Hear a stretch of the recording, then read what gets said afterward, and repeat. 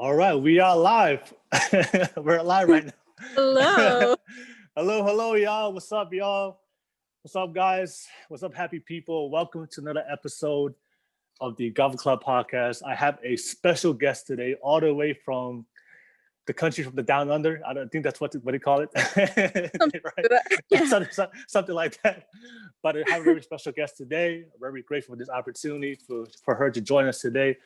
But without further ado, I'll let her introduce herself. So go ahead. Can you introduce yourself real quick? Hi, everyone. My name is Leilani. I am from Melbourne, Australia. I am age 24 and my ethnicity is Tongan, but some people don't think I'm Tongan, but it's okay. It's okay. It's okay. Yeah. but they already know. They know the vibes. Yeah. All right, sounds good. So welcome. I know it's an early start for you, early morning. So thank you for waking up and doing this. But let's kick it off. So how did you grow up?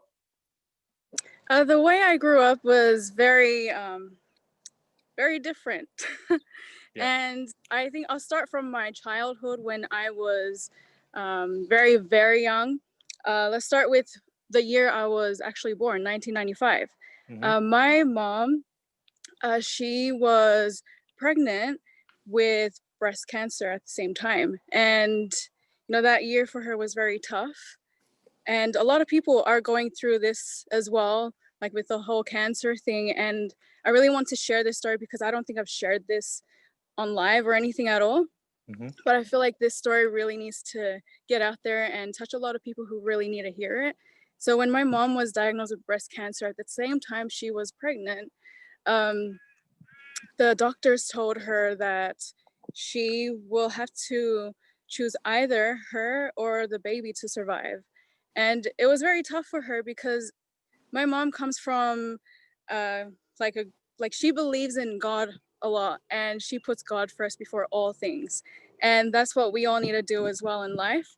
And when my mom was diagnosed with breast cancer and she found out that she had to choose a decision and make a decision actually, like to choose if she should heal and or get the baby to die or anything like something like that. Like she had to choose Choose you or between her life.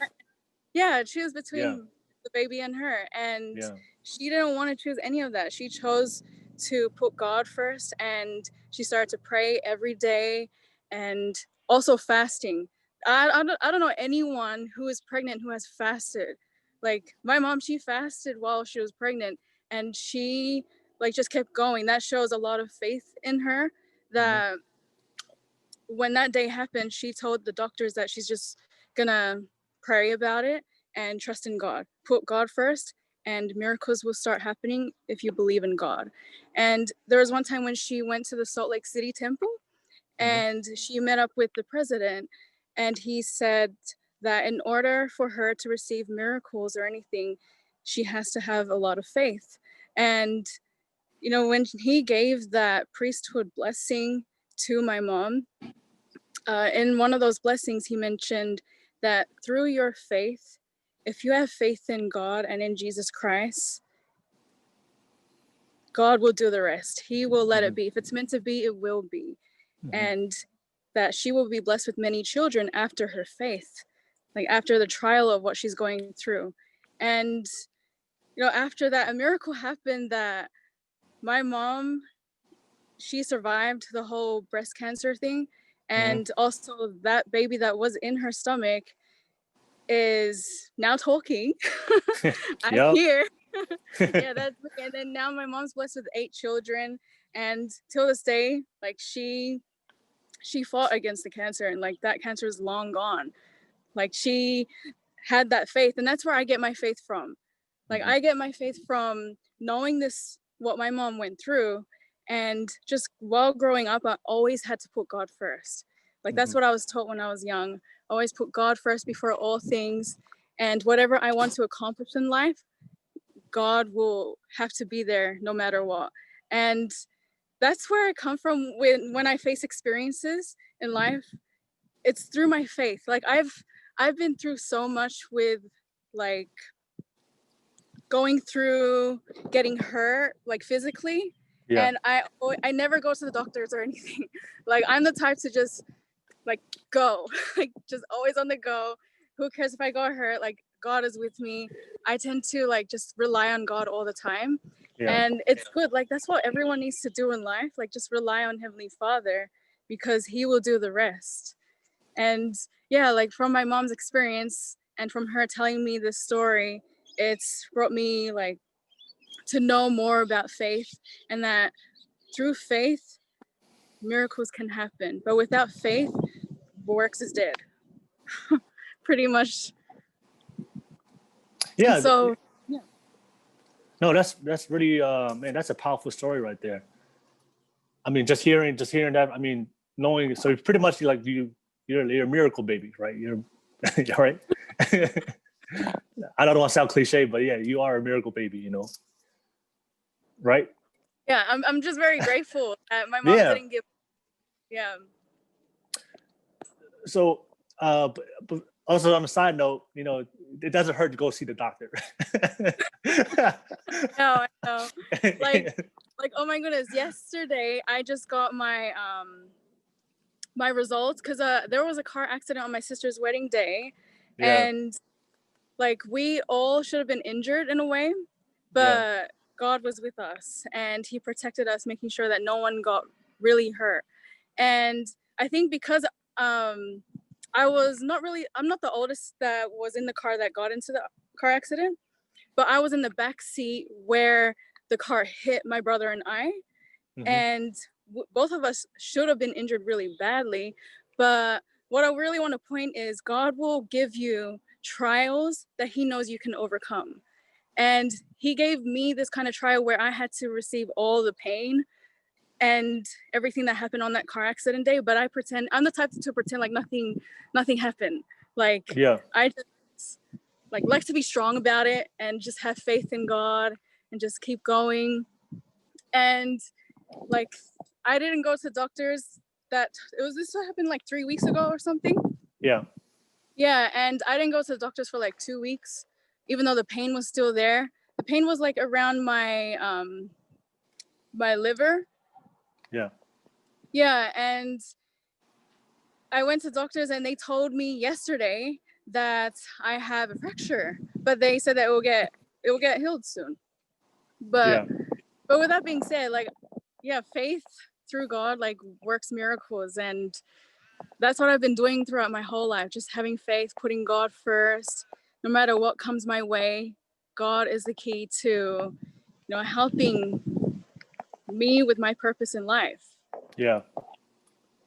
No, I mean, that's, you know, I've heard a lot of stories like that. You know, I've met a lot of people in my life, very powerful people that they've gone through a lot of struggles in their life, and when they couldn't find the answers from either from science or technology, they found the answer through God. That their faith, they found a way. So, you know, I feel like, you know, for me, I'm a big believer in that too. Also, I do believe everything happens for a reason. That God doesn't put us in challenges, in situations that He doesn't believe that we can overcome, because there's a purpose behind everything. You know, Yeah. a lot of times people have that mentality that, you know, God is just playing with us like little strings, but right, right. And I know it's hard to think that there's a purpose out there, especially when you're going through pain. But I really do believe that. I really do believe that things happen for a reason. That you know, there's certain limits of what we can do as human beings. But as far as like living a very fulfilled and happy and limitless life, yeah, you gotta allow God to guide you and lead you. But also, just I'm just playing the devil's advocate for everybody's listening, especially Polynesians. If you're Poly and you listen to this, just understand that, you know, God's not going to fix everything in your life. All right. So, you know, if you have issues and with your health, you know, it's good to go. And because I also know a lot of people that are hardcore religion, you know, especially my own parents, like, you know, they don't like going to see the doctor.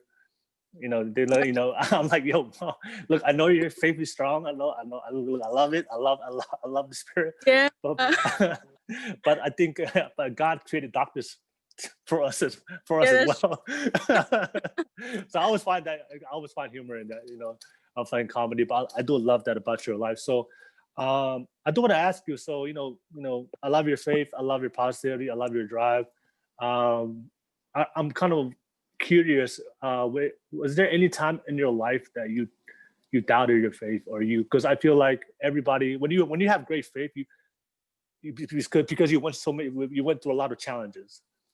And that's one thing I remember I talked to, I forgot who it was. There was a speaker speaking at my church at one time. He was giving a talk, and he said something like, great faith requires great persistence. Just because you see somebody has great faith does not mean that his life was just nice and smooth. And people usually have great faith is because they've gone through a very hard struggle and dramatic life, and God was able to turn that around for them, and that's what gave them the courage to believe more. Because when you've been down and you've gone through a lot of hard times and you overcome it, that gives you the courage that nothing can stop you, because you've gone through the worst of times in your life and you're still able to get out of it.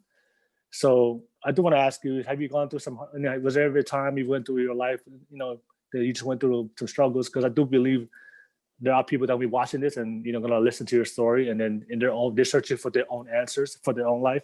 They're trying to find their own faith for their own life, but they may be going through a very difficult time. So it's really maybe hard for them just to like switch and have that perspective that you have, that I love, right? Okay. But I want you to also share that good. I do also want to share, because I really do believe part of faith is also not only the good times but also the hard times when our faith is challenged. So I want to ask you can you share any moments, any experiences, any stories of your life that your faith was challenged and you struggled with it, but you were able to pull through and find a way? Yeah, there is an experience that I went through, and it had to do with business-wise. Like when you're an entrepreneur, you gotta go through a lot of things. Like you gotta talk to a lot of people when it comes to network marketing as well. And when, like at the time when I used to get a lot of no's and some yeses, like to joining businesses, like it really did hurt me in the past when people would say no. And I realized that I was focusing more on the no when I should have just keep going. And at the time I was like starting to doubt myself and say, is this business really for me, or should I just keep going? And I kept going, like no matter what, because my faith was like being tested. At the same time, I really wanted to be up there. And when I was going through that, like it was hard to take in, because I was almost at the time of giving up on business.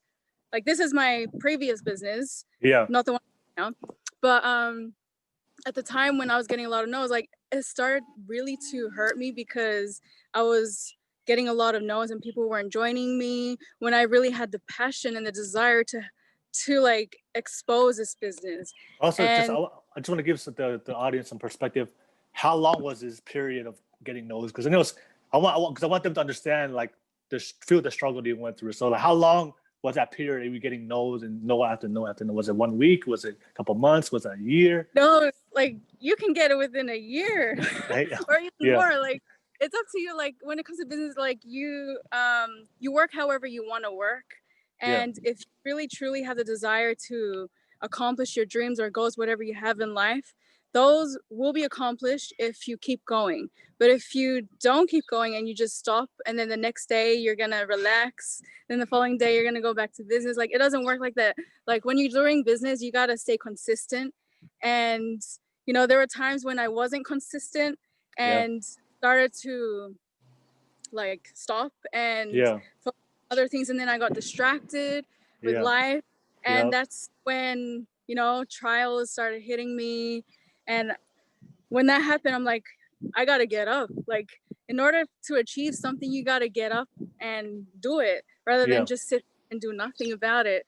Because in life, like if you do nothing about it, then nothing's gonna come. What kind of feelings were you experiencing? Were you feeling feelings of doubt, of lack of self-worth, lack of self-esteem, lack of confidence that you can do this. So like, what kind of feelings were you feeling at those times? I think like for me, I was like more stressed out. Stressed. Okay. Yeah, more stressed out, and like not many had the passion or desire that I had, that I saw in this business. And I just started to kneel down and pray. Like I relied on Heavenly Father and said, listen, like this is what I'm going through, and if it's meant to be that I continue to go through this, let me know. Like the conversations I have with Heavenly Father is very direct, and that's what a lot of people need to have as well with their friendship with God, is to just be yourself, let it all out. Because once I said that prayer and I knelt down and said everything, a lot of things started to change. Like many more businesses started coming my way, and I decided to accept those opportunities because they all started coming at me. I'm like, where did this come from? And it's a prayer answered. And to all those people who haven't received an answer to their prayers, it takes a lot of time and consistency to just continue to pray about it, because God wants to see us take the effort. He wants us to see that if we put in the effort, then that's when the miracles will start to occur. And that's what I kept doing. I just kept going and kept putting myself out there. I think that's what a lot of people do, like polys as well. They tend to just not put themselves out there and just, I don't know, sit down at home or just chill, do the same thing that they do every day. But I think in life, it's important to get out there and put yourself out there, go after your dreams, after your goals that you have in life. Because without putting the effort in, then life will be the same as it is today. Yeah, I wanna ask you about what you just said. So putting yourself out there, and a lot of Polynesians, they like to, they don't like change, or it's hard for them to try new things. Yeah. So in your experience, because you're Tongan, and you grew up with a lot of Tongans as well, I'm pretty sure.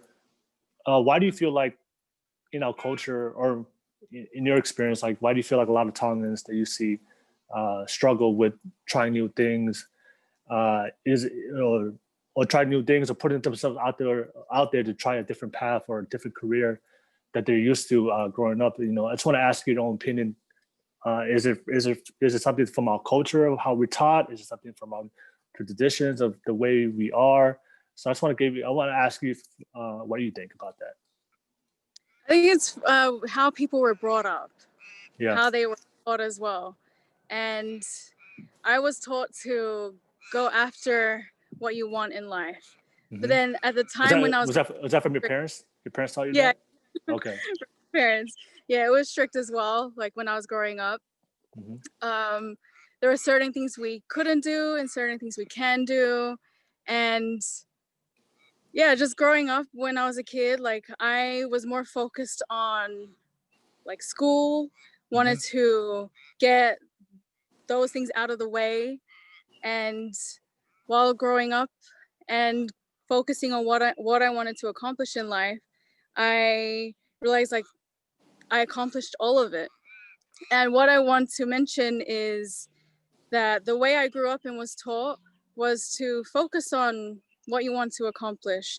And after high school, I started to continue my work industry, because during high school, I was a waitress, and I was working for like wedding engagements and all those parties and all that. And that I started that job as a waitress since the age of 14, up until I graduated high school. And after I graduated high school, I then started to be an office admin and just like put myself out there, like help people out. I started to help those who really needed my help, and realize like when we are helping others, we are serving God. And that was my mentality thinking. I just kept thinking like that throughout my whole life. And after I kept thinking about that and putting myself in God's shoes, like what would God and Jesus Christ do? What would they do to get me to where I want to go in life? And that's when I had the desire to serve a mission. Okay. So yeah, I've always had the desire to serve a mission when I was a kid. And my plan was to serve right after high school, but it didn't work out because I wanted to help people out and help those who need me to help them. And so, yeah, I served in Thailand, actually, for those who never knew.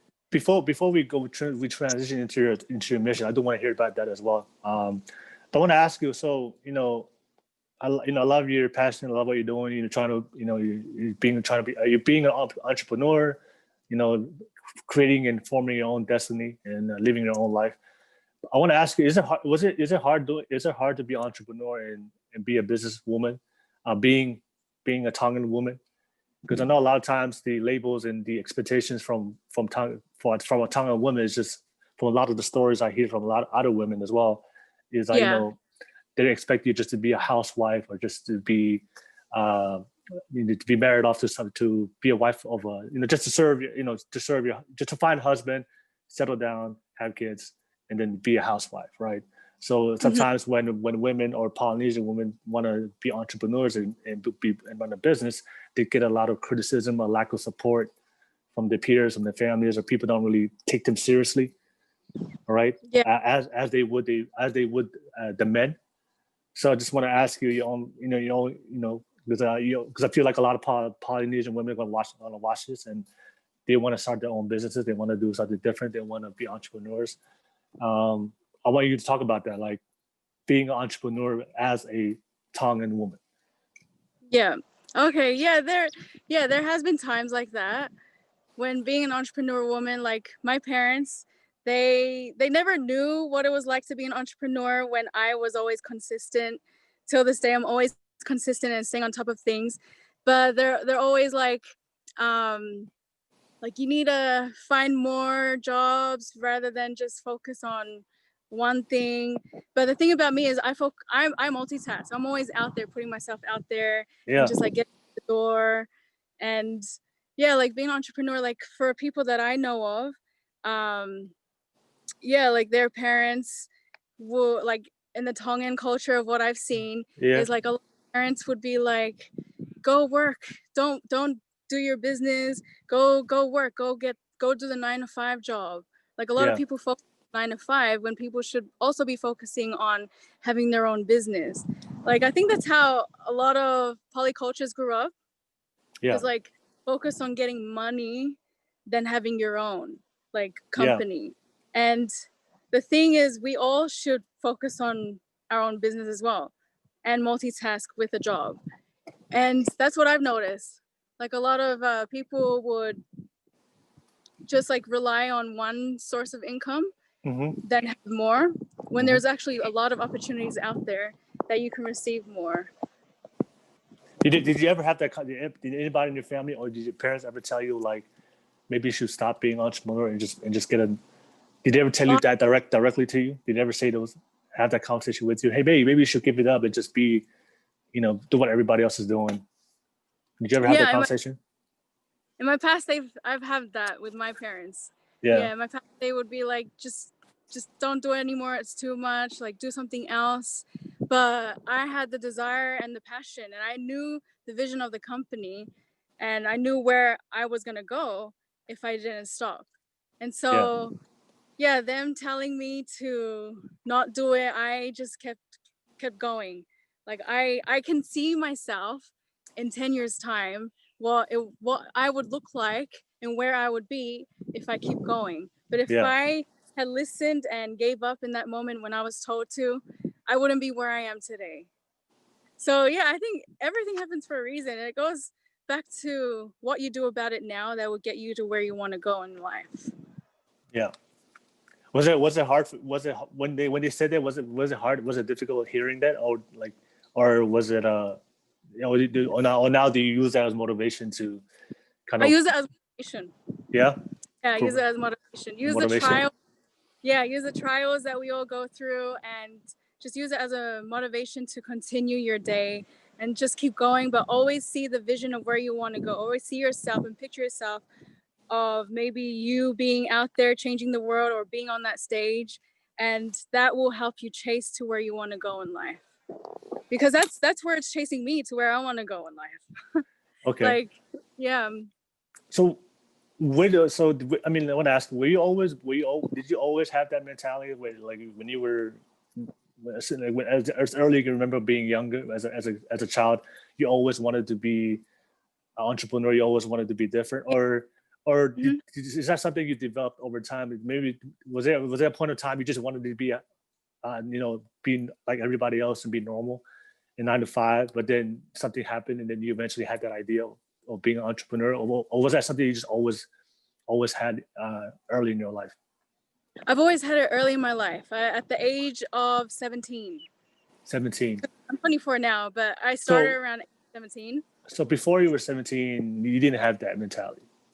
No, I didn't. I was So just, before 17, I was focused on high school, like yeah. graduating 12 and all that. But then when I reached year 11, I started to hang out with business mindset people. Oh, And okay. yeah, I started to put myself out there and talk with millionaires and Yeah. like just talk with them. And yeah, being at the age of 17, I was so young. I Like, know. yeah, I just like start to put myself out there, because had I not, I wouldn't have met those people that I know now today. Okay, perfect. Yeah, I love that. Yeah, I think I mean, what you say is, like, having the right people in your life and also meeting the right people in your life and role models does play a big role. So when you made that Yeah. when you made that transition into being pursuing your own dreams and goals for yourself, what was the hardest thing about making that transition? What was some, because I always tell people is when you if you want something, if you want a better life, you have to become a different person. That's one thing I always believe. You can't be the same person you are today and expect your life to be different. Like, we have to, if you want better, you have to be better, right? Yeah. And being better requires that you have to, pretty much like cut off all the things that was holding you back before. All right. Mhm. So, and I think that's one of the hardest things of people, not only Polynesian, but people in general, is sacrificing your old self so you can find a newer version of yourself, because we're all used to being, comfortable being our old self. So when you transition from that 17-year-old mindset into that entrepreneur mindset, Yeah. what was the hardest thing about yourself that you had to cut, or did you have to let go, or did you have to sacrifice, so that way you can become the person you are today? What were the hardest things that you had to do, the hardest changes that you had to do or stop doing? The hardest change that I had to stop doing was when I had to serve my mission, I couldn't do business at the same time. Like, Got you. when you serve a mission, you gotta focus on just spreading the word of Christ and Mm-hmm. spreading the gospel around the world. And Yeah. at the time, I was still in business, but then I was told not to do business while doing missionary work. Mm-hmm. And it really did touch me that I had to stop. Like, I had to stop with the business, the whole thing, like with the monthly fees as well that I was paying to be an entrepreneur as well. Mm-hmm. Like, I had to stop, and I kept thinking while I was on my mission, I kept thinking about it. Like, should I just stop about it? Like start all over again, start from square one? Because at the time before my mission, I was getting up there. But Yeah. then once I reached my mission and like I put God first, I still wanted to do business, but I had to stop it. And that's when I realized I put God first before business. And right after my mission, I went back to that same business, but then I had to start again from square one. Okay. Which then that's when I started to think about, like, am I gonna continue doing this for the rest of my life, or should I start like doing other businesses? And so, because I realized I wasn't going anywhere Mm-hmm. with that business, like I kept getting the same answers, like the same no's, and focused more on the no's. And then that's when I got more stressed out, because before my mission was all well, but then after my mission, that's when I had to start again and start from square one. And I realized, like, um I had to just move on from it. Yeah. And I think, yeah, that's what life has to be. Like, we all have to move on in life and take other careers, and just just go after it. Yeah. Besides your mission, were there any things that like personal like habits or things that you were doing before that you had to stop so that way you could be a better person? Were there certain like hang around certain people? Because I'm always interested in learning it because I do believe, one of the things I always hear from people that do really well and succeed in life is like when they make that transition into being a better person is they have to cut a lot of those negative habits and negative ways of thinking and pretty much like just reprogram themselves and their whole life and their lifestyle.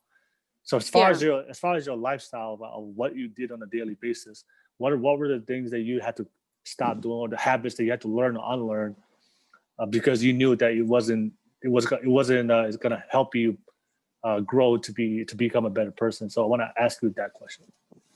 Okay, yeah, there were times when I would hang out with a lot of people who drank alcohol, and like we're like always out there, like the word of wisdom, Yeah.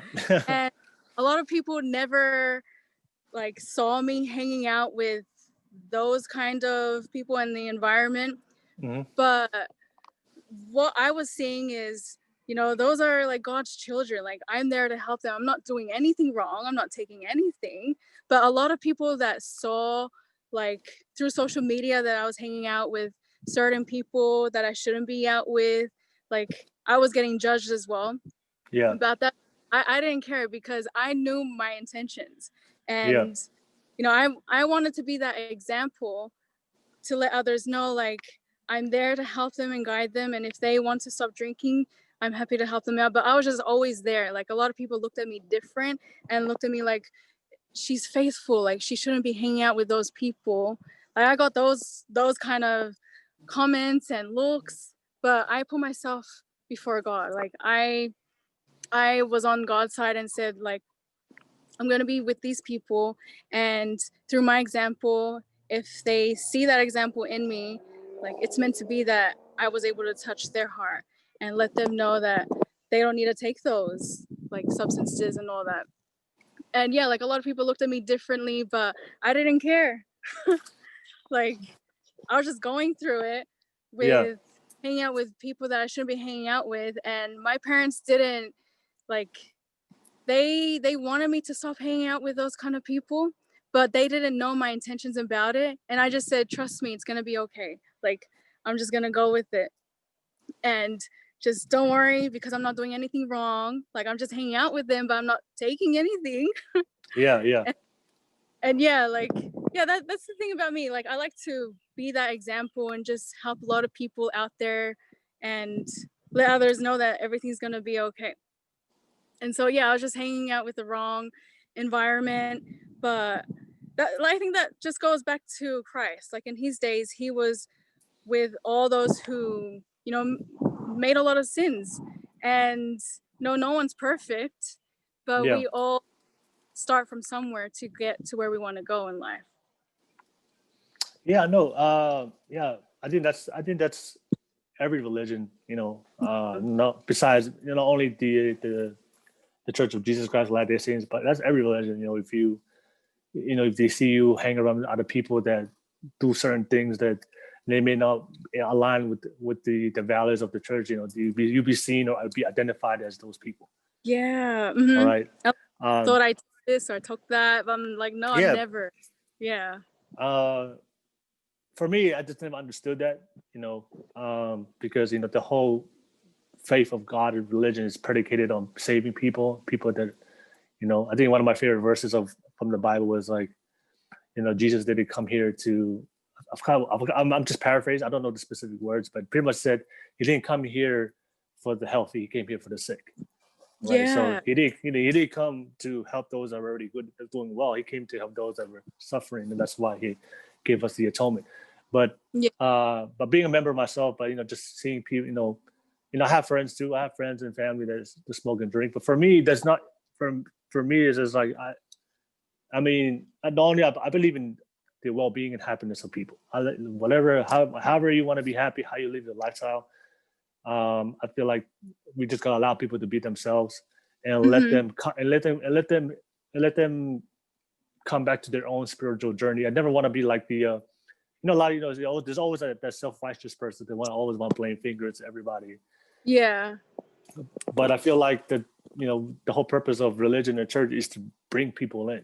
It's not to like ostracize them and make them feel like they don't feel like they're not part of the church anymore.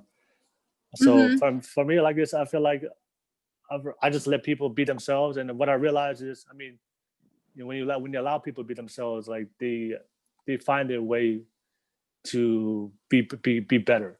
Like they'll make their own changes within themselves if you accept people. But if you kind of like, if people judge, like I always find it weird is when people criticize and judge people for making the wrong mistakes, and then they also criticize and judge them for trying to change their life to become better. You ever seen that before? Like, when somebody is like, say somebody has a drinking problem, and eventually, and then all of a sudden they try to stop drinking, and and change their life, and now they're trying to go tell people, hey, maybe to try to be an example, be a role model, but then everybody would try to, hey, how come you want to be a role model, want to be an advocate when you used to drink? I'm like, that was the past. That's don't judge them for the past. Judge them, you should judge people what they're doing now, especially if they're trying to better their life. Yeah. All right. That's true.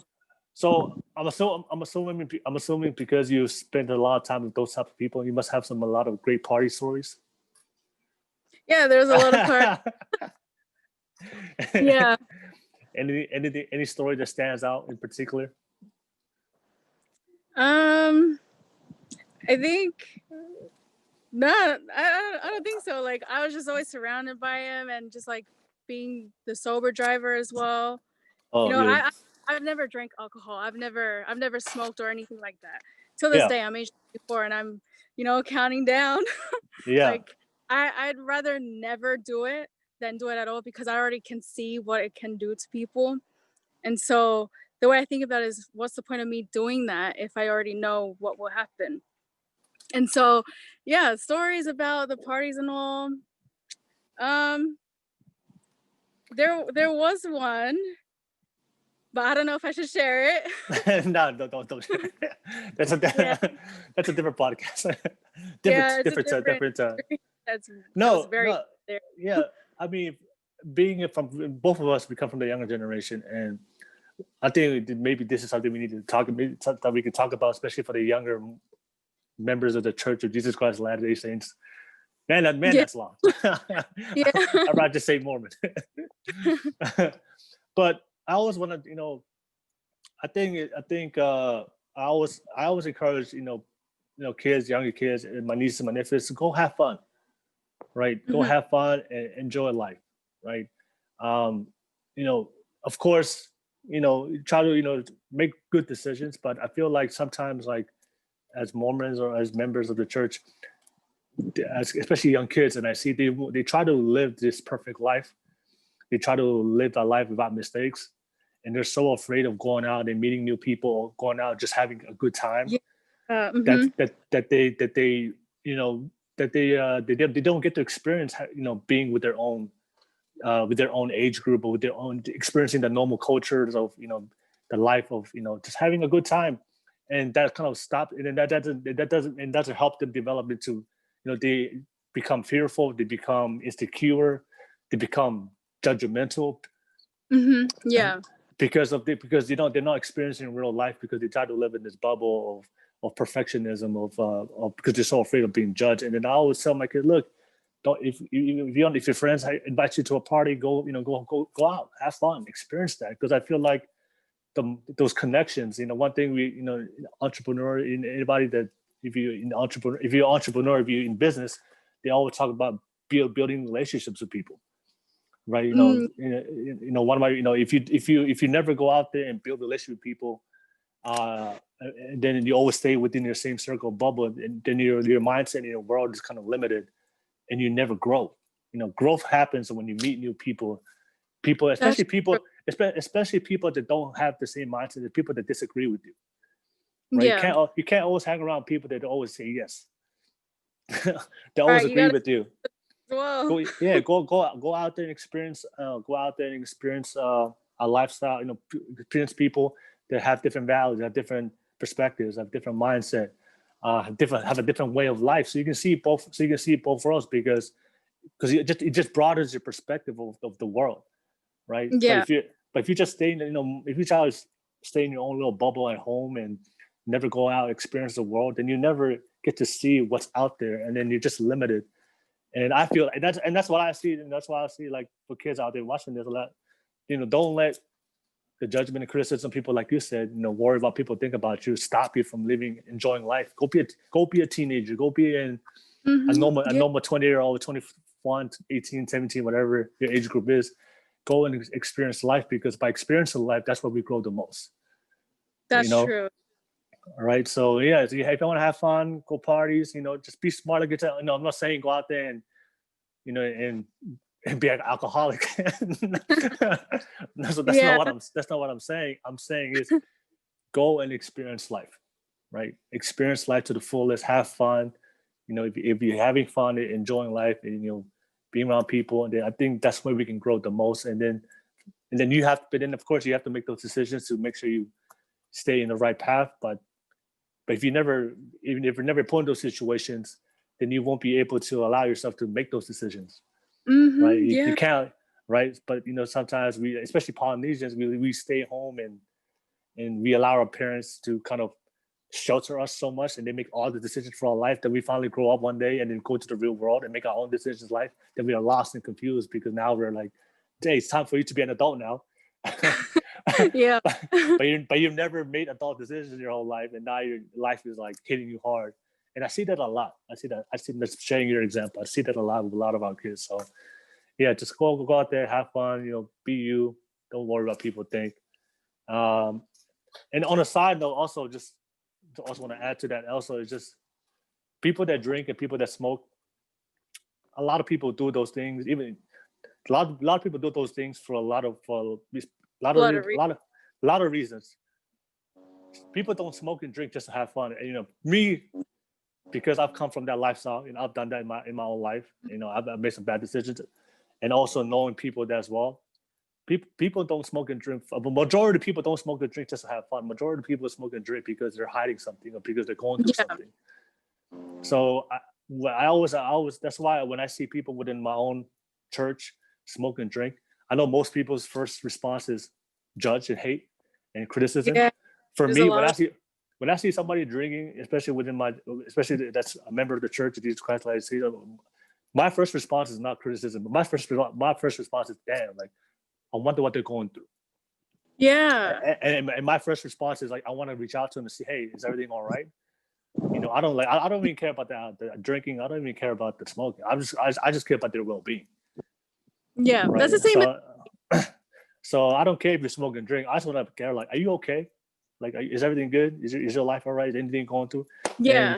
And a lot of, especially the older generation, the elders and the elders within our families at church, when they see young Polynesian kids smoke and drink, especially members, the first response is criticism, hate, or discipline. But they never ask them, hey, why did you start doing this? Yeah. And that's the real question, because that's the real issue. The issue is not the smoking and drinking, because you can stop that. That's an easy thing to stop. Yeah. The issue is whatever trauma, internal mental health struggles they're going through, anxiety or fears, or they're going through within, and then trying to use that as a way to mask it. That's the root of the problem. And that's why I feel like that's why a lot of kids, suffer with depression and mental health, and they mask it with smoking and drinking, partying, having fun, and living life. But in reality, on social media, they look like they're having fun. Really, they're actually going through something. Yeah. And so that's why I want to encourage people out there, like, especially if you listen to this. Hey, man, if you just have a friend, or if you have friends and family that going through that smoking and drinking, number one, we shouldn't judge them. But before you make judgment on people like that, you should ask them first if they're doing well. Because when I smoked and drank in my past, looking back at it, most of it was because I wasn't happy. Most of it I was depressed, and for me, I was like, that's the fastest way for me to feel happy and feel good about myself was to do those certain things. But then I realized, when you realize it doesn't help you at all. Yeah. Smoking and drinking is not going to take away your problem. It's not going to fix your life to be happy. you have to take responsibility and change your life and become a better person. But just want to put it out there for everybody to understand, and don't judge people and criticize people if they're struggling, if they're not making good decisions for their life. Yeah, So I like what did you see that with your friends too? Like, I know you said you shared that you had a lot of friends that smoke and drink, but when you talk to a lot of friends, I want to ask you your opinion. That, like, were a lot of your friends going through a lot of stuff, and they were using that so much. Yeah, and they're using alcohol and drugs as a and way to mask it, to master their struggling. Yeah, they were going through that, like all those stress and all those experiences they were going through. They were just tired of it, and so they would turn to alcohol and all those things, substances. And I, being there on the side, I was there to comfort them and let them know that it's going to be okay. But other people didn't know my intentions about that. Like, people thought I was taking it as well. Exactly. I was there to help guide them and be there for them, and realizing till this day, like, one of them actually quit, one of them stopped, and they're happy where they are now.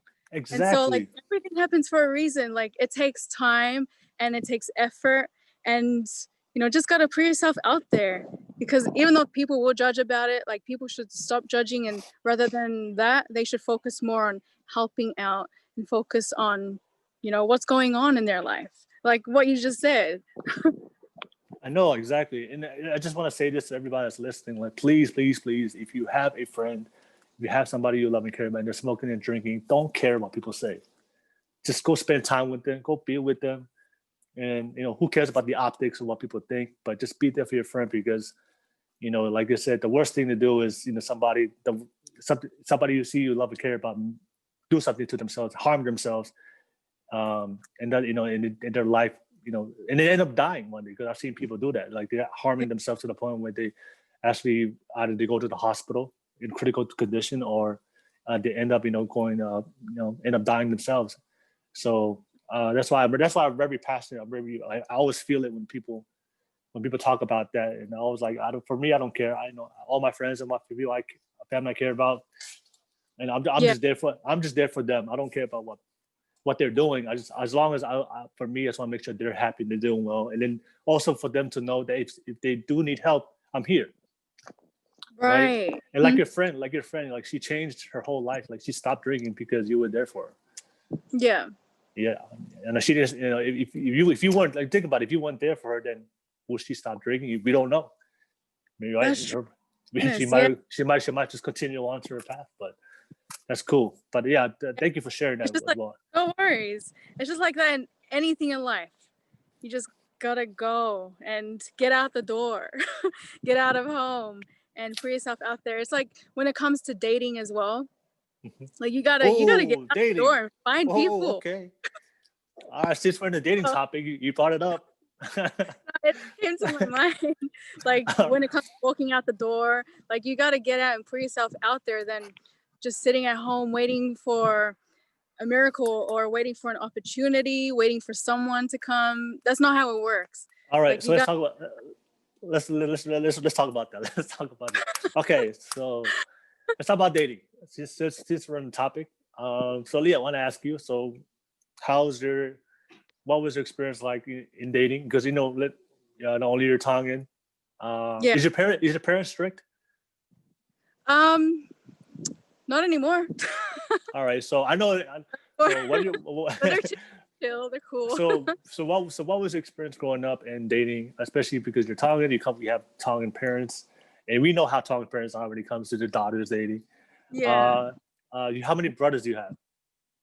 Oh my goodness, mom, dad, I hope you guys are not watching this. But it's cool. I have 5 sisters, including I and 3 brothers. Are they older than you or they younger than you? The brothers. I have 1 older brother, and then 2 younger ones. Okay. So I'm the 3rd oldest.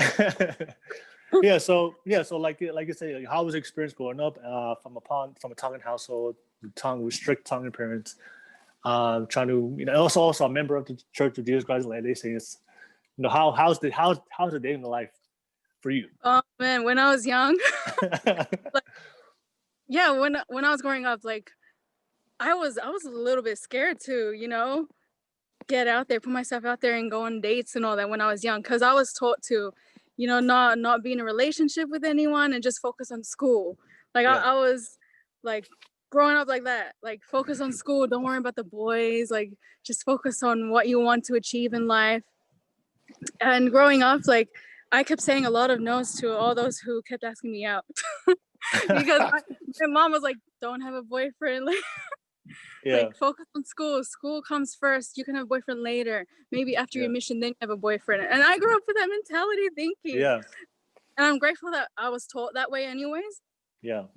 Because it's led me to know like being in a relationship with someone, like it's very important. It's not a game to play. And a lot of people these days play those kind of games.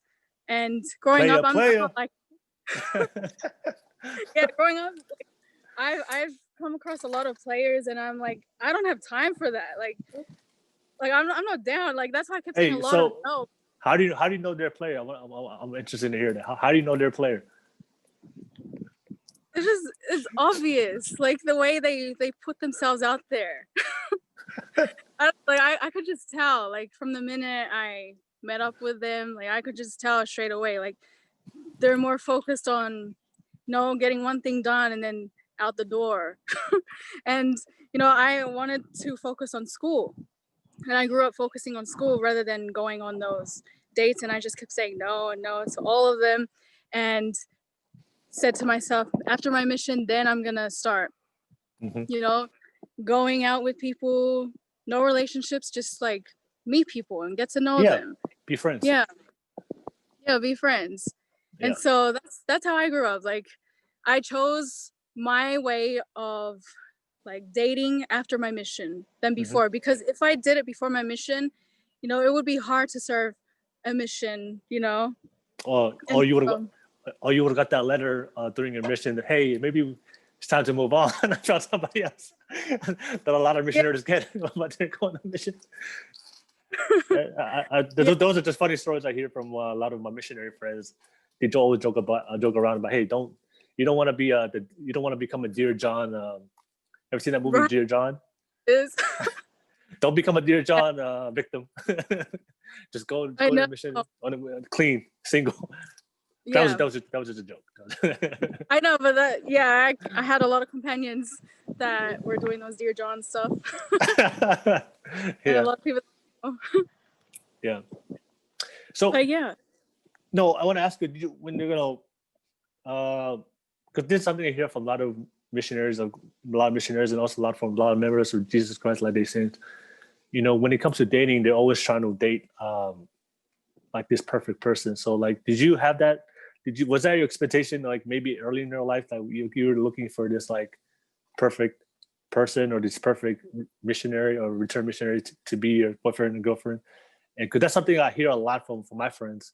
They always they were looking for this perfect person. They're kind of a little bit more very too critical of who they wanted to date, too picky. But then they realized like they gotta accept people as they are and accept their flaws. And then they were able. And once they did that, they were able to find their partner. They were able to find love and finally get married. But it was really hard for them to find somebody because they were just so fixated on just finding this perfect person.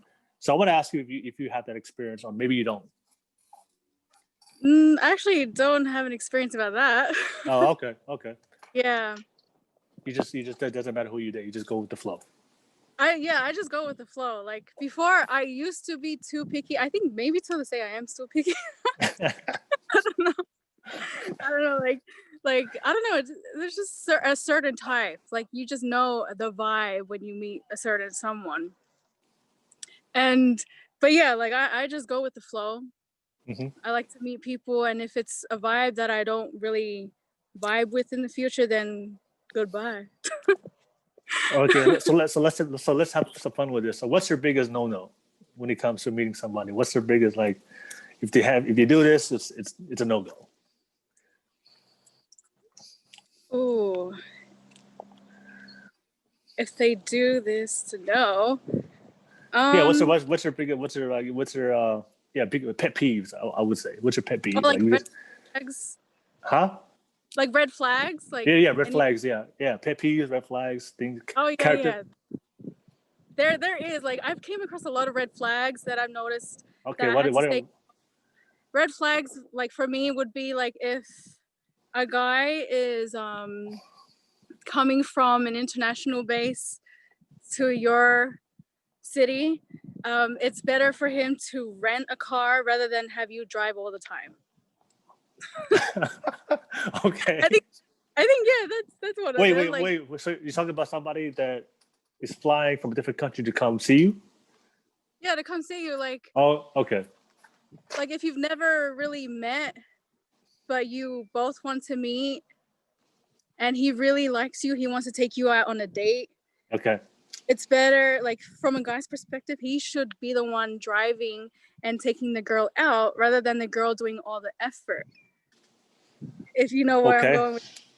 Oh yeah, no, I understand. I understand where you're coming from, but a lot of people will say that's like, what do you call it? What's that word where people use apply gender roles on certain things? You know. Yeah. What do you call it? Is it feminism? I don't know what the word is. You know. Okay, so that's one of it. So that's one. Okay, so that's one. All right. What else? Yeah, that's one. Yeah, I think just the driving part. Just the driving part. The renting the car thing, yeah, because I've had those days when I've dated and all that. I've been driving a lot when it should be the other way around. Yeah. I guess for me, I don't know for all the other girls, but the guy should put in the effort. Okay, so does it? Really that girl. So would it be okay with you if you guys met halfway? Like you drive sometimes and he drives sometimes, equal? Yeah, if it's even. Yes. Okay, it doesn't have to be like just one side. He has to be the one driving all the time. No, it has to be even. Oh, but okay. This one wasn't even. This one was all me. I've noticed like, I have the desire and the passion to just go, like, you know, go to places, driving there further than my home. And yeah, like that was a huge red flag. Yeah. So just couldn't. So you did it. So you did all the driving. So pretty much, in reality, that guy didn't have a car. Nah. No. Yeah. Okay. So no. What about public transportation? Does that work for you or no? Public transport. Meet me at this bus stop and we'll just take the bus. It would be halfway. Yeah, be halfway and then we take the bus and go do your thing and come back. Yeah, but when the girl's doing a lot of more effort than the guy, then that's when it's a huge no. Yeah. No. Actually, I mean, that's actually true. I think in relationships it's all about our reciprocity. Like, you know, you have to reciprocate. You know, you can't be one-sided. I think that's a problem. A lot of people nowadays. It's just, you know, they're usually a one-sided relationship. But I think that's true. I think you're right. I think a healthy relationship is equal. Yeah, equal. It has to be equal. Yeah. If it's one-sided, I think that those relationships becomes toxic. Yeah. Toxic. You know, those are the toxic. You know, some people like toxic, but but yeah. But I think a healthy relationship, you know, it just make sure it's even and equal for both people. They feel like they're both contributing to the same goal, right? Because when you see somebody else putting the same effort, that's a sign that you know that they're interested. Yeah, that one. That's how exactly. I know. That's how you know, right? Because if people are interested, they'll go the extra mile for you. Yeah. Yeah, but people are not. That's why I always tell my younger siblings and my cousins, like, you know, I always tell them, look, effort. You know, especially when it comes to a guy and coming from a guy, I know for a fact that if a guy likes you, he'll do anything to get with you. That's one thing I know that for facts. Yeah. Because I hear some of my girl cousins or girlfriends, like, they talk about how like, yes, you know, they haven't asked him about, they don't ask him a while, or they don't take him a lot, go out. And I'm like, well, I think I don't think you're the only one. Right. All right, but that's cool. That's cool. So, but yeah, I do want to talk about. I want to go into before we finish up, talk about your childhood. One thing I wanted to ask you. So, in all of your childhood growing up, what was the hardest thing for you growing up, out of everything you went through? What was the biggest thing that you went through that kind of like, molded you or transformed you to who you are today. So I just want to ask you that part of your life. The hardest would have to be like when you're an entrepreneur or like have your own business. You're gonna come across a lot of people who will be negative about it, people who will want you down. They don't want to see you up there. Like people will be hating on you and would say like, you shouldn't be doing this, you should do this instead of that. Like that was the hardest for me to go through. And I started to use those comments to help me get up there. Rather than looking at the negative side of things of those comments, I looked at the positive perspectives and started to focus more on the positive sides rather than focus on the negatives. Because when I was going through that, I realized that when I was focusing on the negatives, I started to go down rather than go up. And when I realized that, I had to, just get out there and focus on one thing at a time, rather than focus on all these bunch of things that I need to get done on the list.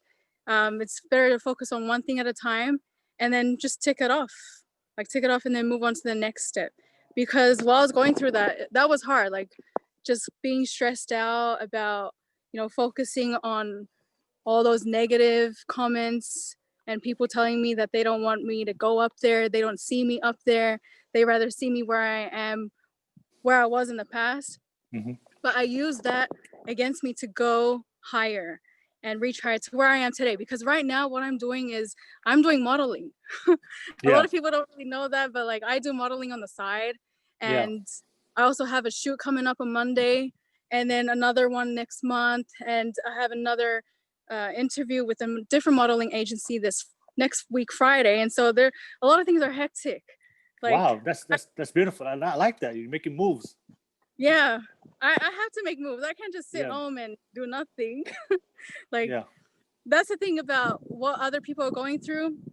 They just sit home and do the normal routine rather than putting themselves out there and going after what they want to accomplish in life. It's better to know what you want, write those goals down and go after it, put the effort in, because without effort, without faith, works is dead. And it just goes all the way back to faith. Like you gotta get there. When it comes to dating, get out the door. When it comes to businesses, get out the door. Like, that's all I wanted to say to all those who are going through something in life. Just focus on the positive side. Don't focus on the negatives, because all those negative comments and everything will always come at you, even if you're gonna go and chase after your dream.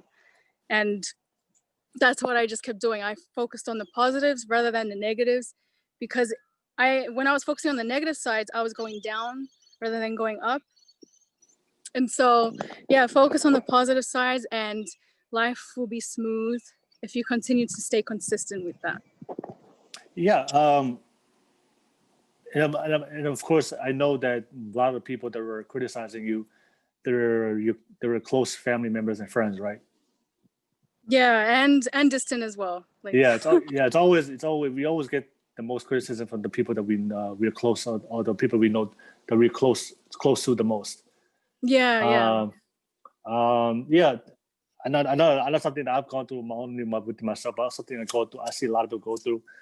I always tell people all the time that if you have haters, people, it just means you're doing something right. People who hate don't hate people that are doing better than them. They always try to hate people. Nobody hates the people that are doing less than you. You always hate people that are doing more than you.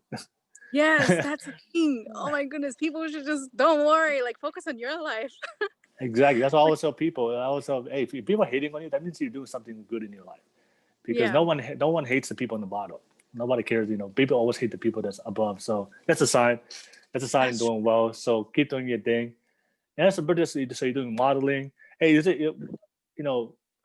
is it hard for you to? Did you face a lot of backlash for doing modeling? Because I know especially with Polynesian and Tongan women, modeling can be putting yourself out there like that with your body without some in our culture sometimes people might take it might criticize that a lot. Did you ever experience that experience when you started modeling and putting your pictures out there? It can be different, but like if you have the voice and the confidence to speak up, you can speak up. I had the voice and confidence to speak up and say, I want to wear this and that. Yeah. You can do that too. And Yeah. so yeah, like there are clothing that you wouldn't expect you would be wearing. Yeah. And if you don't want to wear it, you can say something about it to those who are your producers and mention it to them, and then they'll help you out. They'll sort something out. But yeah, like I don't have a problem with that, like with wearing clothes that I would never wear. Like I don't have a problem with that, because when it comes to businesses, you're just doing it for business to survive as well.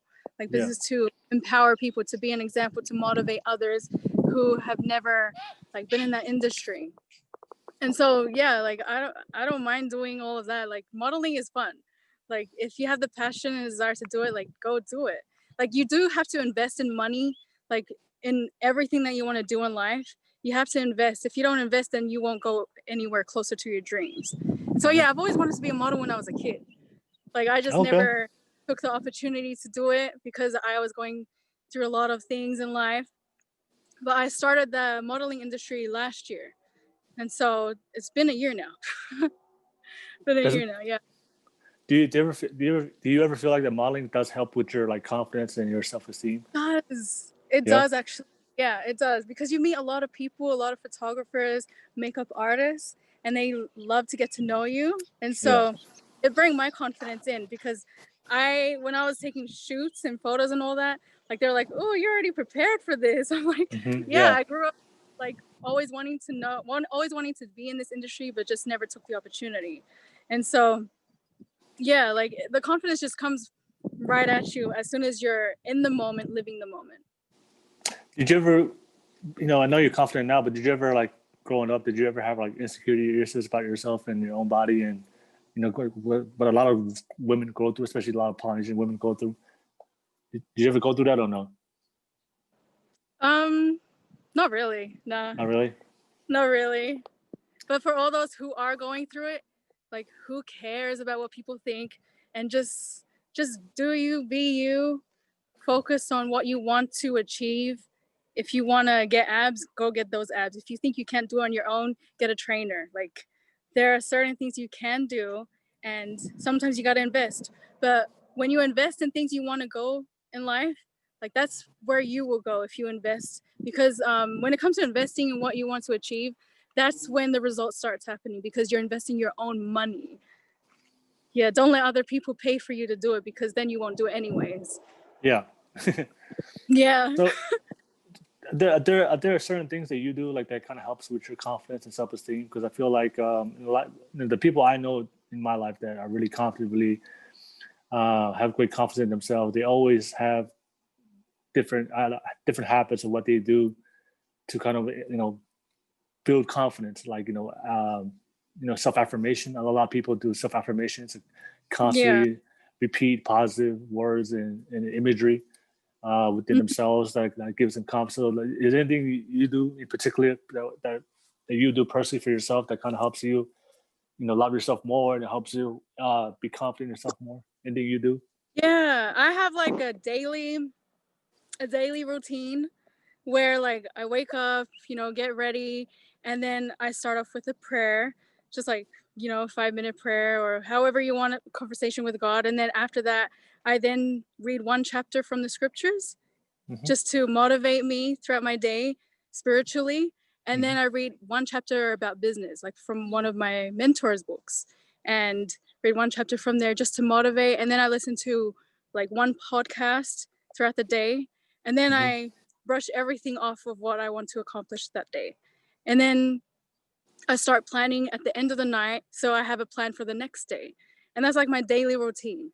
Like just always listening to motivational talks, podcasts, and reading books, because that helps in the long run. When you're reading and listening to things you want to be motivated by, that's when you will be motivated to chase after what you want. And so yeah, that's my routine. I don't know about other people, but yeah, that's my daily routine. Nice. So I do want to talk about your mission a little bit. All right, so I think because I feel like that's a big part of your story and kind of a big part of who you are? Was your experience of going on a mission? Yeah. So can you talk about that? Can you talk about what inspired you to make that decision of going on the mission, and how was it? How was the experience going in there for the first time, and the things that you went through, and what lessons and things how did it help you grow as a person coming out of the mission? So the story when my mom was Mm-hmm. growing up. Mm-hmm. Yeah, I grew up just with that mentality to put God first and have that faith. And when I went on my mission, I was called to serve in Thailand, so Thailand Bangkok mission. And every time my mom mentioned that story to me, it would always hit me while I was on my mission. Like, have faith, believe that all things will work out if you continue. And when I was serving on my mission in Thailand, I came across people who needed my testimony, like who needed to hear my testimony, which touched a lot of them. And serving there in Thailand, it's very different. Like, here is different as well in Australia. Like, all countries is very different. And serving in Thailand, I never thought I would be serving. That's where I got my accent from. That's how my accent started. So you Like, speak the language? Yeah, I speak the language there. Yeah, I speak the Nice. language. I had a lot of American companions, and it took me 1 year to lose the Australian accent. I didn't want to lose the Australian accent, but then it was hard. Like, the American accent was already coming out. Yeah. Like, with 1 year. Yeah. And when I was serving in Thailand, yeah, there were experiences of what I went through. I'll actually share it. Actually, when I was serving in Sagonnakhon, this is outside of Bangkok, towards Laos and Myanmar, on the top of the map.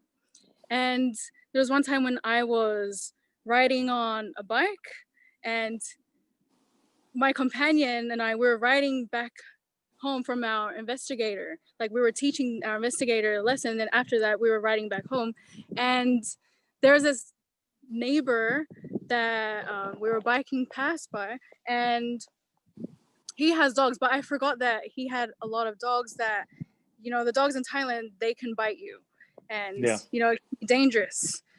And so there was one time when I was being chased by them, and it was kind of tricky because I was thinking like, oh, they're gonna bite my leg. Like, I had that thinking, like, they're gonna do that. And so they were so close to my leg when I was biking that there was a tree in front of me, a branch, and instead of me hitting the tree with my face, I didn't want to hit this. I turned, which then I fell on the ground, and my legs were like, they were all scratched, and like, I had to go to the hospital, but I didn't go to the hospital. Like, I told my companion, I'm just gonna have faith. Like, that's what I was told when I was young, like, have faith. Yeah. And I didn't want to go to the hospital. Like, my cuts and everything, they were very bad, like, to the point where I had to go to the hospital, but I didn't want to. I told my companion, no, please, I'm gonna like continue to focus on missionary work, even though the pain was really bad, it really hurt, but I put God first. And I told my companion, don't worry, like, I'm gonna do missionary work. I was biking at the same time. There was so much blood, but I cleaned it out like every day just to get me to help those who need to hear the gospel. And so you never went to the hospital at all? I never went to the hospital, and I have the scars right now. Wow. Yo. Yeah, I never went to the hospital. I just kept going. I said to my companion, I'm just gonna keep going. Like, who cares? Like, she was there, and she was like, it looks bad. Like, you need to go to the hospital. And I said, no, it's all right. I'll just go through the pain. Like, if God can do it, then I can do it. Yeah. Yo, you're hardcore. Yeah, I am hardcore, actually. Yeah, like, I didn't go to the hospital. I just like started to do it myself, and like just try and let it heal on its own. I didn't stitch it up. I just left it like it was and just cleaned it out, because it had to be stitched and everything, but I just relied on God. That's where my faith came from. Like, when I was a kid, like, just put God first. But yeah, that's one of the experiences I was facing when I was serving in Thailand. Like, I was preaching the gospel while going through the pain. It's just like life as well. Like, we got to go through the pain with all sorts of things in life. Like Yeah. if you want a house, you got to go through the pain of getting a lot of no's when it comes to businesses until you get yeses. You got to go through all of that in life to get the results. Yeah, I think you're the most hardcore person I've ever met in my life right now. Yeah, but please, make sure you at least go see a doctor once in your life. Go see a doctor. Oh yeah.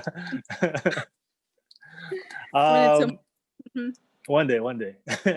Yeah. Oh, or maybe I think go marry a doctor. I think that's better for you. I think that's the best. I think the best partner for you go find yourself marry a doctor. We'll see. The Lord says yes when the time is right. Yeah. So what was the what was like the biggest lessons that you learned from your mission? Like things you've learned, because and also like what was the biggest struggles for you? Because I know a lot of missionaries I do interview on my podcast, like they always talk about certain things that they never expected when they went on the mission, because everybody has this idea of what a mission is supposed to be like. Yeah. And then they go there and they're like, oh wow, it's just not how well they told me, so it's a lot, because it requires a lot of work and sacrifice from your part. So what was the biggest struggles for you going on the mission, and when you go there and going on the first time, and then what was the biggest lessons that you took from it that kind of transformed you when you as a person, but also as a member? I think that would have to be when you have companions. Yeah. Like you're always gonna have new companions anyways, but like when you have a companion, because I on my mission I had like 12 companions, 12 or 13, because I extended my mission as well. Yeah. Instead of 18, I did 20 months, so okay. almost 2 months. Yeah, I extended my mission because like I had the desire to help people out and just let them know that it's going to be okay. I wanted to be there for them. And so the hardest was just being on the same note as your companion. Like when when your companion says they want to do it this way, but then you want to do it the other way where you've always done it before. It's like you have to go at an equal base. Learn to compromise. Yeah, learn to compromise, and it teaches you in the future when you start, dating and being in a relationship and all that as well, because you're always having a new companion. And so I think, that was just like trying to be on the same note as your companion and just agreeing to the same thing. I think that was hard, but you learn as you go as well. You learn from all your companions and you love them as well. So what was something that you didn't expect when you went on your mission? Like you had no idea. That was something like totally like a shocker when you went on the mission. Because I feel like a lot of missionaries, they go on a mission, they're thinking it's something else, and they go there like, oh wow, this is like a life change. This is a totally different life experience. So what was it for you? Like you went on there on a mission, and it was like totally like something that you didn't expect. It was a daily schedule. Yeah. I didn't expect the daily schedule. Like I knew the missionaries had to wake up at 6:30, but I didn't know the full detail of what they had to go through. Yeah. And it was surprising to me that had to have every hour or so scheduled. And that was it was hard in the beginning, but then I got used to it. And just like having that daily schedule, scripture reading, personal study, companion study, and then language study, and then you gotta go find investigators and then teach someone within an hour or however you want it scheduled. You gotta teach someone and then try and help someone get baptized if they really want to get baptized. Like going after that was different. Like I didn't expect that until I was there. And then the language was hard in the beginning. Yeah, that was very hard. And like language, you gotta make a lot of mistakes and say a lot of different words, and you learn from them as well. So yeah, Thai was hard to read, it was hard to speak, but then we kept going, and I kept going, kept saying those words and kept practicing, and now I can speak Thai, it's amazing. It's a miracle. Like some people would never, like realize or see that they would accomplish or speak a language that quick. Mm-hmm. Like it took me, like I learned Thai in Utah, the Provo, Utah, for 2 months. And then after that, then we went on our own to Thailand and started like learning on our own, talking to people in the language, like just putting ourselves out there. And so, yeah, it would be the language part too. I've never been to Thailand, but I have seen a lot of like documentaries about Thailand, and I know it's a very, poverty is really big out there. Yeah. So how did that? I mean, there's a lot of for me, growing up in America, I do hear a lot of. Sometimes I hear kids think they're poor by telling me you're not poor. You're poor, but you still have a house to go to and you still eat. There's people out there that are really, really struggling. So I want to ask you, like, what was it like? Because what was it like going to Thailand, or did you guys serve those areas where like, because I see the documentaries about the slums and everything in Thailand. Yeah, did you guys serve? You guys, yeah. yeah. How was that? Yeah. How was it? How was that experience for you serving those areas? Like, I'm curious. Yeah, like I felt like I put myself in their shoes, and So because can you explain to people that's watching like what those slums look like and how people really lived out there, just to give people perspective of what struggle really is?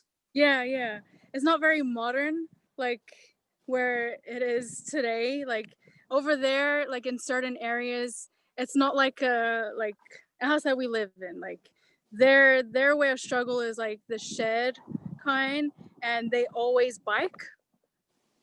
I see a lot of old people biking. Like they're so active, and it shows like they're not giving up until they get through their day. Like they have to struggle to get to get food. And I was seeing those kind of people that were struggling with, they were trying to get money by selling their food with less food that they had anyways, but they were trying. Like they just kept trying, and just seeing that and seeing what they were going through, I felt empathy for them, and I was just like trying to be there for them and let them know like Christ is going to help you. He will help you if you start relying on him. And it was very different. Like their lifestyle, they just did they have running water? Did they have running water and like electricity? The electricity? No, I didn't see any electricity in one of their homes. No, they like, it's like I don't know, some kind of shed that they would live in. And the way they would sit down, like we have to sit down on the floor. I didn't see any chairs around. And like it just makes you want to be grateful for what you have today. Like some people don't have what we have, like chairs and blankets and all that. And when I was seeing that, the people that I was talking to were blaming more of what they were going through rather than focusing on how to overcome it. And so I was there trying to help guide them, and at least I did my part in helping them. But well, can you share like an experience? Like, what was a moment of your time when you were serving in Thailand that you saw something and you were like, man, I'm really, really grateful for what I have. Like, did you like? Can you share like a moment of time of you saw somebody struggle so much and they were like, you just looked at their circumstance and you just like thought to yourself like, oh wow, I'm grateful I live in Australia. Yeah, there's this family that is from Pakistan, and this was at the time when I was serving in the international ward, and they were refugees at the same time. Yeah, and the way that they were living, they weren't able to get a job in Thailand. They had to, do it undercover. Yeah, and under the table. Yep. Yeah, under the table, and it was just very tough for them. And whenever I would go to their home, they would be scared because the cops are trying to find them as well. Like cops over there are trying to find refugees who are not meant to be living where they were at that time, and they would take them to the detention center, which is like a prison cell, and wait until someone pays for them to get out, or wait until someone sponsors them. Oh, And wow. yeah, it was very tough. Like every Friday I would have to go to the detention center as well and visit all those people who are stuck there. And I couldn't do anything about it. I could just give them food and Yeah. them about life. And then time is up. You got to get out of the detention center.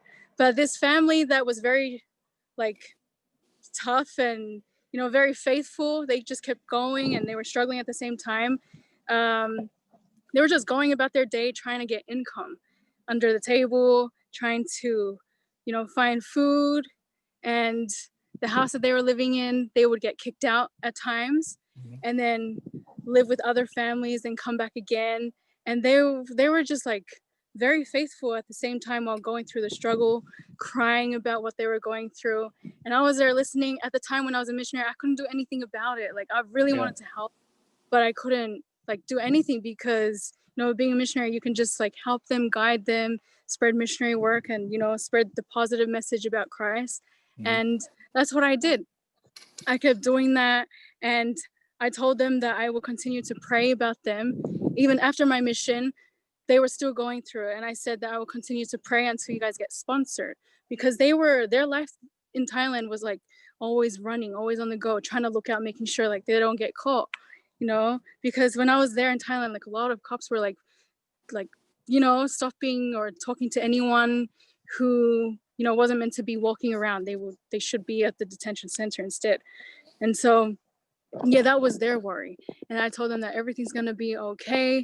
Just continue to be faithful, go through the trial that you're going through, and it will be overcome as soon as, you know, when you're ready, or like when God says ready.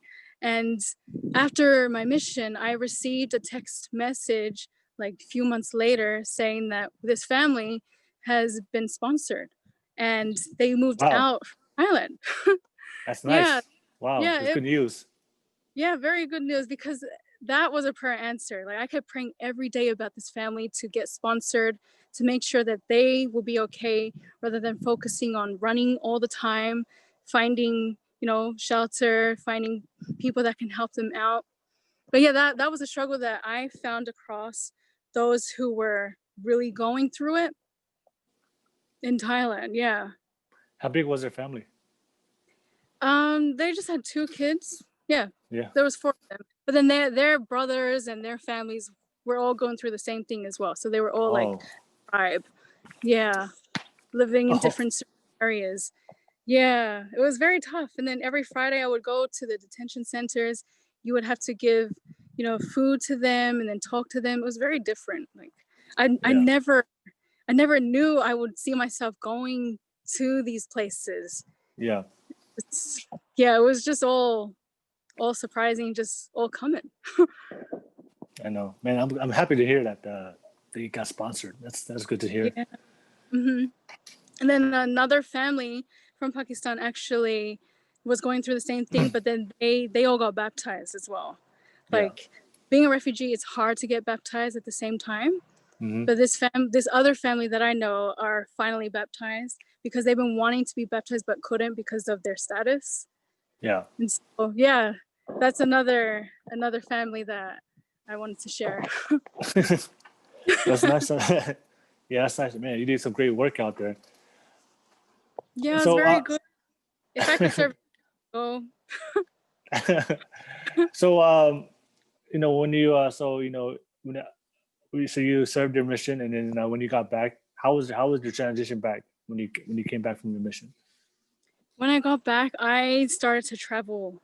Yeah. I went back on the traveling part, started to visit my families in the States. And I think when I went back to the States, I tried to pull the Australian accent because I had to be strong. Like, because of Thailand. And then when I went to America, I tried to pull the Australian one, but I just couldn't. And now that I'm here, like in Australia, I'm not forcing anything of my accent. It just comes and goes. Yeah. But yeah, after my mission, I went back to the States and just started traveling around the world. After the States, I went to the Philippines, and start to see what life is about over the other countries. And then back here in Australia around February, and then the whole COVID thing started. I Yeah, know, and then right? that's when I started a new business and all that. Okay. So I do want to talk about more into like culture, right? So did you grow up in a culture? Did you grow up in like heavily in the Tongan culture? Not really. Not Yeah, really. not Not really. really. Nah. Nah, like Did you go my ahead? Go ahead. mom, yeah, she really loves the whole Tongan culture thing. Even my dad too. But Yeah, like I think because we're in Australia as well, like we just grew up mixed with Australia. yeah, yeah. Yeah. But yeah, we know the whole Tongan culture thing. Yeah. Did did you did you struggle with that growing up? You know, not being part of the culture. Like ever feel like you want to be like as a like identify yourself as a Tongan woman, but but you didn't grow up in the culture. Did you ever go Uh, through that or not really? Not really. Nah. Yeah, I think it's just the language. I think I need to speak more in speak more. Tongan. Yeah. Yeah, just speak more in Tongan. Yeah, because I understand all the time when my parents talk to me in Tongan, Hmm. but I just respond in English. Like that's Okay. how I was raised up and brought up. I would always respond in English. But yeah, in the Tongan culture, yeah, I just need to practice more of my Tongan. So good. So yeah. So your parents so you grew up in a household where your parents let you guys just grow up within the culture of Australia. They weren't really like fixated on of you like carrying out certain traditions.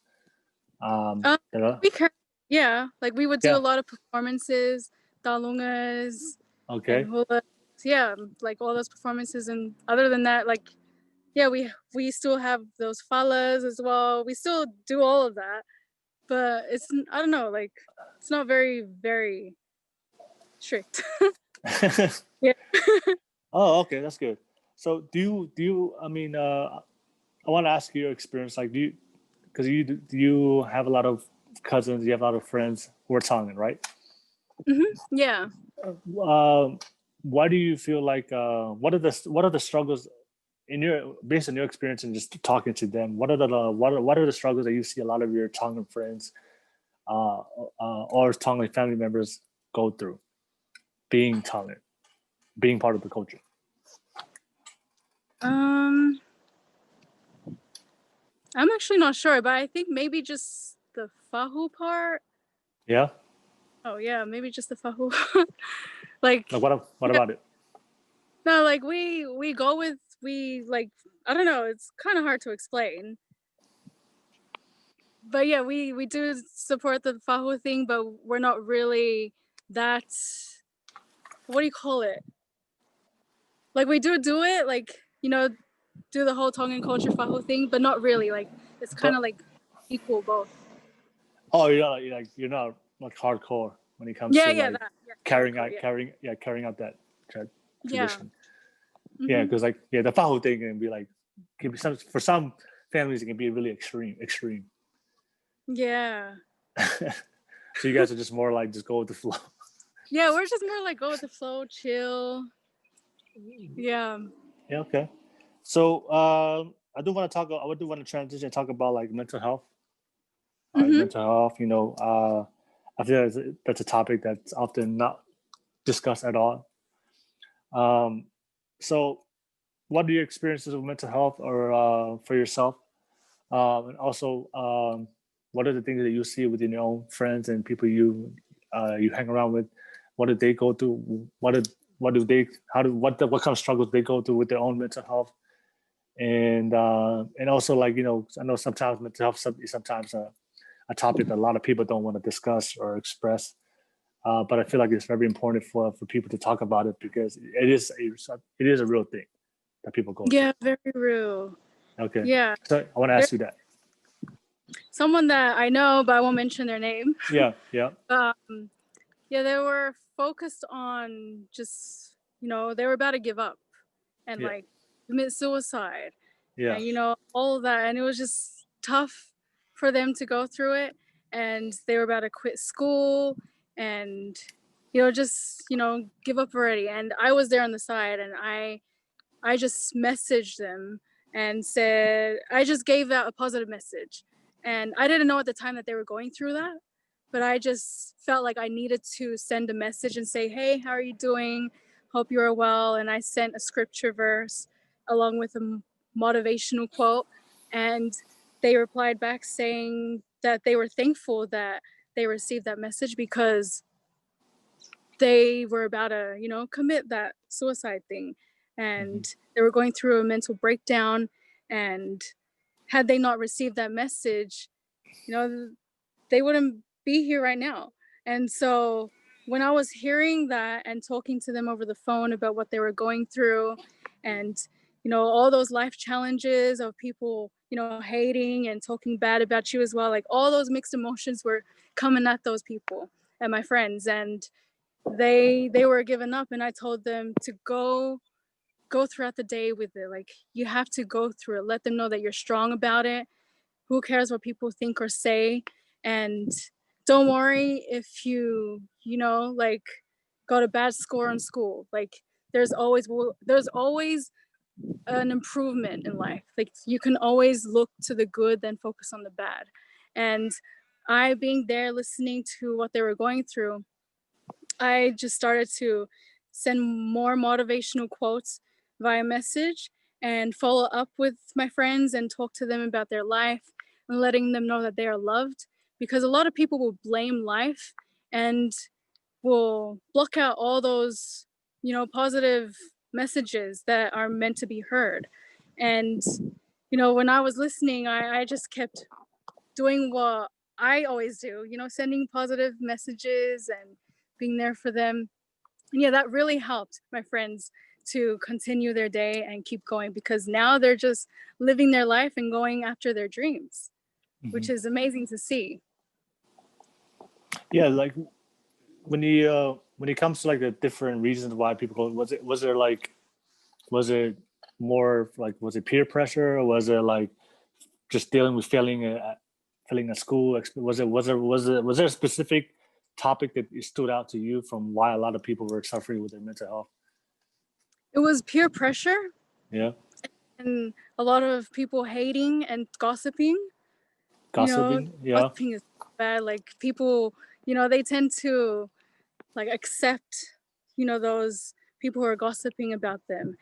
And that's what people focus on. They focus on people who are gossiping about them and those words that they were talking about.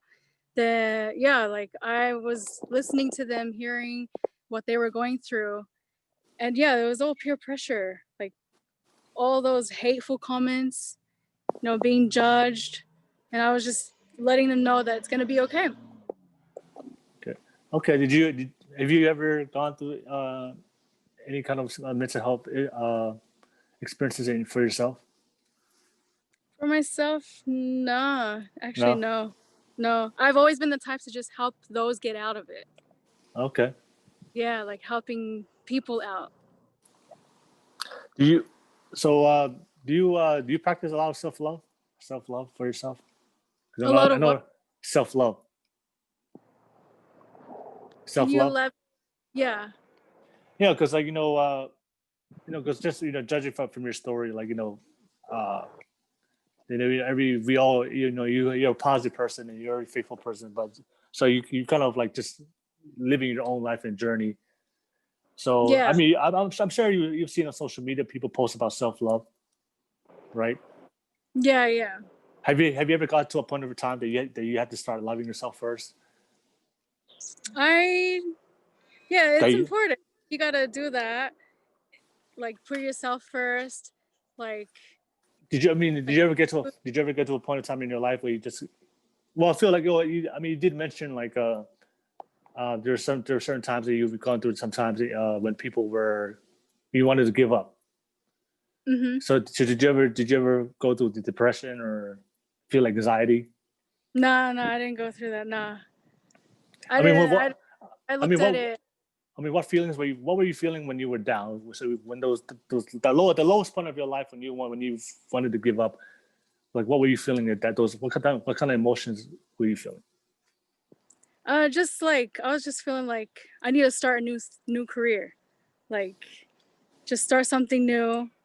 Like when I was feeling down about it, I don't know, like just do something different. Cause I realized at that time I was focused on the obstacles. Yeah, so Then yeah. yeah, Okay. yeah, So that's what gets like, when you have those feelings, that's also considered like, mental health. Like, when you have yeah, those negative feelings, negative yeah, moments. All yeah. right. No, no. So no, yeah, that's something. So were you always like when you are you were you always so are you the type of person you're always vocal, like you're not afraid to express your feelings and how you feel? I'm afraid to express. Nah, I'm not the type to keep it in. I have to let it out and like just put myself out there. Okay. Yeah, because I feel like a lot of if you keep it more inside, then what's the point? Like it's gonna make things worse if you Yeah. keep it inside. That's why it's good to let it out. Talk to someone about it. Talk to anyone, like someone who's close, and then talk about it with the man up above. Yeah. And then yeah, things will work out. And that's what I did. I started talking about those things to my mom. And my mom was Yeah. there to listen, to guide, and then I started talking about it with my dad and then Heavenly Father, and then from there I focused more on the positive sides, and that's how I know how to play the game now. Play the Yeah. game with mental health and all that. Yeah. Okay. All right. So, besides your I know you have you want to be an entrepreneur. But but do you have any other passions in life? Like, do you have any other goals and like and things you love to do that you're excited about besides modeling, besides entrepreneurship? Is there anything else that you do? There's this huge goal that I really want to accomplish. I Hmm. want to be a motivational speaker, so Yeah. that speaks in front of thousands of people on Hmm. stage. Yep. So Yep. yeah, where I'm chasing with it, with the whole entrepreneur thing. Hmm. I want to like be a voice to millions of people and just be on Yeah. that stage, be a mentor and guide. Yep. Yeah. I So know that's that's one of that's a good goal. Yeah. I know that's one of my goals too. That's something I'm I would love to do myself. Speaking in front of people, it's a good feeling when you help people. When you help people, when you inspire people, when you empower people, it's a very good feeling. Mm-hmm. It can be addictive, you know, but it's a good addiction. I feel like it just puts you in a good place to know that you had some part on helping somebody else's life become better. Yeah. And That's. Mm-hmm. yeah, I just did a podcast with a girl named Angie from Salt Lake City on Tuesday, and she talked about it as well. The best thing you can do when you're down or when you're not feeling like yourself or going through a hard time is to go help someone. Mm-hmm. Yeah. Yeah, because when you help someone, then you kind of it doesn't allow you to dwell in the like you say, you dwell in the pain. And Mm-hmm. I know you share that with your own life. A lot of people do that as well. You kind of dwell, but if you're always constantly helping people and constantly moving and doing things, then you're constantly just um, you know going and helping people. Then it reminds you of your own strength that you have the power to help somebody else. That you're not like alone or worthless or something. Yeah, that's true. If you're helping someone out, yeah, it Yeah, brings out the best in you. yeah, exactly. It forces you to become your best, and in your life, and then that's how you progress. And then when you're progressing in life, then you feel happy when you see life getting better. But if you're just staying at home and crying and lock yourself in a room and Yeah. eat ice cream all day, Yeah, that won't help. So anyone who's doing that right now, that won't help. yeah, and Just watch move on. and watch romantic movies or Yeah, sad movies, that will not help. You that will have to bring you down. Mm. exactly. It just gives you just a cycle, of just reminding you of like all the negative things. But you gotta remind yourself of all the good Yeah. feelings about yourself. Hmm. All And the right. key is to Go ahead. motivational talks. No, I was saying the key is talk to people who are doing it, and yeah, listen to those podcasts Yeah, yeah. daily. Yeah, when you make your first speech, and let me know. I would love to hear I don't know how it. long it'll be. Like, I don't know, it's gonna take me a year to get there or two, but like what they all say, like you gotta stay consistent, keep doing it, keep going, it may take 3 to 5 years, but at least you're trying your best. Yeah, at least you're trying. Like it's, you know, if you don't, if you stop, what's that word? What's that one of my favorite quotes is you only fail when you stop trying. Yeah, so I know you got it. I know you got it. I'll be waiting for that message. Hey, I did my first speech. Yeah, it'll come. All right. But yeah, I think that we've pretty much, you know, we just we just had a great podcast. You just talked about your whole life. You talked about your childhood. You talked about the different experiences you went through, not only your goals and dreams, you know, being an entrepreneur, you know, your vision for your life. You talked about your mission. So we talked about your culture. Is there anything else you want to talk about? Anything else that you want to share? Any kind of topics? Any other topic that you want to discuss? Right now, not that I know of, but just to say a positive message to anyone who is going through something in life. Like, it's going to be okay. Just stay consistent, focus on what you want to achieve, and always believe in yourself, because you have greatness within you, and your greatness starts today if you do something about it. And so, you know, you beat keep me going. Huh? So you beat me to it. So Really? So first, to say, you know, I think we come to the end, but just thank you for taking the time, and thank you. Appreciate it. Grateful opportunity for you to be on this podcast. You know, you shared a lot about your life. You know, you said a lot of great things. You know, about courage, about never giving up. You know, not worrying about negative people and opinions of what people think about you. You know, being a good friend, right? You know, who cares what people think? You know, whether your friends, whether your friends smoke and drink, but the most important thing is just being a good friend and being there for the people that care about you. All right. 100%. So yes, you shared a lot of great lessons, a lot of great things. I'm very grateful that you shared it. You had the courage and time to do it today. But I always want to ask my guests to finish off their podcast with my podcast with a speech. So like just some final thoughts, your final words. I know you just shared. I know you just did it, but that was like 10, 20 seconds. But I want to give you like a full minute. You know, you talk about, you know, this is your first official motivational speech. Yeah. So I have the opportunity to have you say it, but yeah, just give everybody just 60 seconds. Just share your final thoughts. I know you just shared your whole life to everyone and what you've gone through. And I know a lot of people are gonna watch this, and I know there's a lot of people that's struggling, that's going through a lot of things in their life, and they need some light, they need some hope, they need some inspiration. And you were able to provide that with your story you just shared. But here's just the last your final thoughts, and just to help anybody that's watching that needs some help, they need some motivation from you. So I want you just to share that with everybody, and I'll give you. And then the floor is yours. I'll give you 60 seconds. Go. So like, you know, you're gonna go through these trials. You're gonna go through these ups and downs. Whatever you're going through in life, you're always gonna have to go through those dark rooms to get to the light. You're always gonna have to go through those dark tunnels to overcome that life challenge. And those obstacles will always come, but don't focus on the obstacles. Focus on the positive sides, because that's where I learned from. You got to focus on the positive and stay distracted. Go after what you want to accomplish. Chase your dreams. Get out the door.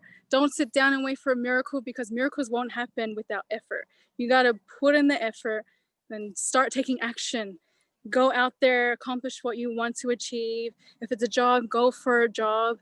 If it's, you know, a house that you want, go to those homes that are on inspections and start venturing out and start trying new things. It doesn't hurt to try new things.